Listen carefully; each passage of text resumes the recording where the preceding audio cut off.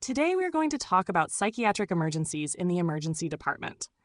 A psychiatric emergency is an urgent and serious disturbance of behavior, mood, or thought that leaves a person unable to cope with life situations or relationships. These emergencies can take many forms. A patient may present overactive and violent, underactive and depressed, or suicidal. Some arrive anxious, paranoid, or psychotic. Others arrive numb, exhausted, or seemingly withdrawn. What ties them together is the immediate danger of harm to self or others and the urgent need for safe, compassionate, evidence-based care. The very first priority for emergency staff is always safety. We must determine whether the patient is at risk of injuring themselves or others. That single question guides every intervention that follows.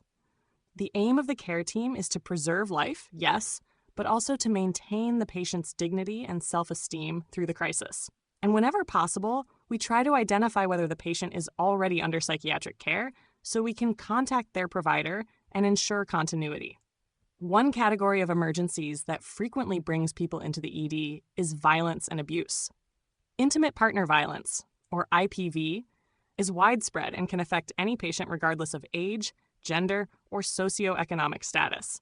Older adults and those with disabilities are also vulnerable. Abuse can be physical, emotional, sexual, or financial, and it often leaves subtle as well as obvious signs. The emergency nurse must be alert for unexplained injuries, delays in seeking treatment, inconsistent stories, or a partner who insists on speaking for the patient. When suspicions arise, screening must be conducted in private, away from the partner or caregiver. Sensitive, direct questions can be life-saving. For example, do you feel safe at home? Or has anyone ever hurt you? Management goes beyond medical treatment. Nurses have legal and ethical responsibilities to report suspected abuse in accordance with state laws. They also provide support, referrals, and resources while respecting the patient's autonomy. Care must extend to families too. Sometimes caregivers themselves are overwhelmed and in need of support. A multidisciplinary approach involving social workers, crisis counselors, and law enforcement is often necessary. Another psychiatric and medical emergency is sexual assault. These patients come to the ED in crisis, often experiencing shock, fear, shame, or numbness. The role of the emergency team is to provide both immediate care and long-term support. Many hospitals rely on sexual assault nurse examiners, or SANEs, who are trained in trauma-informed care and forensic evidence collection. Their role is crucial in supporting the patient, preserving legal evidence, and ensuring dignity. Sexual assault survivors often experience what is known as rape trauma syndrome. The acute phase may involve disorganization, crying, anger, or withdrawal. Later, in the outward adjustment phase, survivors may appear to return to normal but struggle internally with nightmares, anxiety, or avoidance. Long-term, some develop post-traumatic stress disorder, depression, or ongoing difficulties in relationships. For the emergency nurse, the goals are clear. Preserve the patient's safety and self-esteem, provide emotional support, and facilitate forensic evidence collection if the patient consents. Communication must be simple, honest, and compassionate. You are safe here. Nothing that happened was your fault. You are in control of what happens next. The physical exam in cases of sexual assault has dual purposes: to care for injuries and to preserve evidence. Consent must be obtained at each step. Evidence may include vaginal aspirates, swabs, smears, cultures, blood serum, urine, pregnancy tests, foreign materials like fibers or dirt, and pubic hair samples. Everything is carefully labeled and the chain of custody meticulously documented. Beyond forensics, we address medical consequences. This means treating injuries, preventing infection, and preventing unwanted pregnancy. Prophylaxis against sexually transmitted infections may include ceftriaxone, metronidazole, and azithromycin or doxycycline. Emergency contraception with levonorgestrel and ethinyl estradiol should be offered. A tetanus shot may be indicated. Emotional support is just as important. Patients should be referred to counseling services, crisis centers, or hotlines.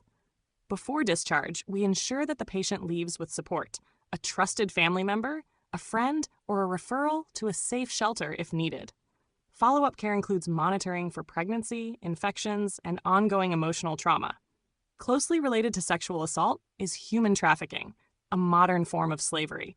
Millions of people worldwide are victims, many of them children, and cases are rising in the United States. Victims may be trafficked for sex, labor, or both. The emergency department is often the only point of healthcare contact for victims. Nurses are in a unique position to identify red flags. These may include injuries in various stages of healing, delays in treatment, poor overall health, signs of malnutrition, or a companion who refuses to leave the patient's side or insists on answering questions. Behaviorally, patients may seem fearful, submissive, or hypervigilant. Assessment should be conducted privately with questions like, do you feel free to come and go as you please? Who controls your money or identification? And are you being forced to do anything you don't want to do? Patients may decline help, but providing information and resources can still plant a seed. The National Human Trafficking Hotline is a vital tool. Above all, the nurse must respect autonomy while ensuring safety. Psychiatric emergencies encompass more than violence or assault. They include any urgent behavioral, affective, or thought disturbance that puts safety at risk.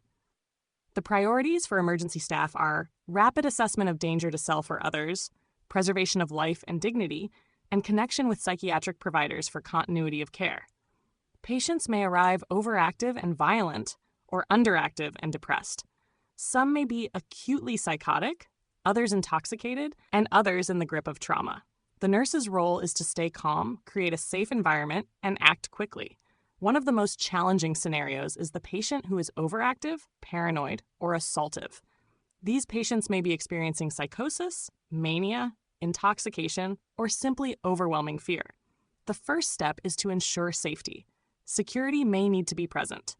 Restraints are used only as a last resort, after other de-escalation techniques have failed. The nurse's demeanor must be calm, firm, and consistent. Use short, simple sentences. Repeat the patient's name. Offer honest explanations and avoid arguing.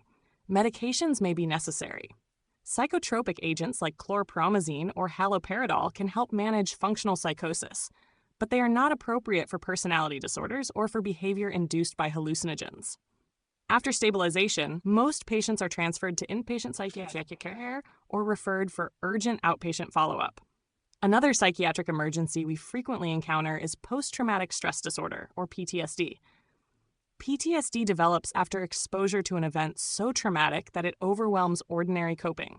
Symptoms include intrusive thoughts, nightmares, hypervigilance, avoidance of reminders, anxiety, social withdrawal, and depression. Patients with PTSD may return to the ED repeatedly for vague or minor complaints, not realizing that what they are experiencing is rooted in trauma. Veterans are a key population. Studies show that 11 to 20% of veterans of Iraq and Afghanistan suffer from PTSD, about 12% of Gulf War veterans, and as many as 30% of Vietnam veterans are affected. Military sexual trauma is another important factor, with significant numbers of women veterans reporting assault or harassment during service. The Department of Veterans Affairs operates a national center for PTSD and provides multiple resources for veterans and their families. Finally, we come to the underactive or depressed patient. Depression is often the primary complaint that brings someone to the ED, but it can also be masked by anxiety or somatic symptoms. Depression is a disturbance of mood that carries an ever-present risk of suicide. It is critical to remember that suicide attempts are not cries for attention. They are expressions of extreme distress. The nurse must directly screen for suicidal thoughts. Questions like, have you thought about taking your own life? Or, have you ever made a plan? Can be life-saving. Most patients feel relief when given the chance to talk about these thoughts. The nurse's responsibility is to maintain a high level of suspicion for depression, particularly in at-risk populations, and to intervene quickly and compassionately. Psychiatric emergencies come in many forms: violence, abuse, sexual assault, trafficking, overactivity, PTSD, depression, and suicidal thoughts. Each requires a balance of clinical skill, safety awareness, and human compassion. As emergency nurses, our role is not only to stabilize and treat, but also to listen, support, and connect patients with resources. Whether the crisis is acute violence, hidden trauma, or silent depression, the ED may be the only place where the patient finds safety and hope. That is why our vigilance, our communication, and our empathy are every bit as important as our medical interventions.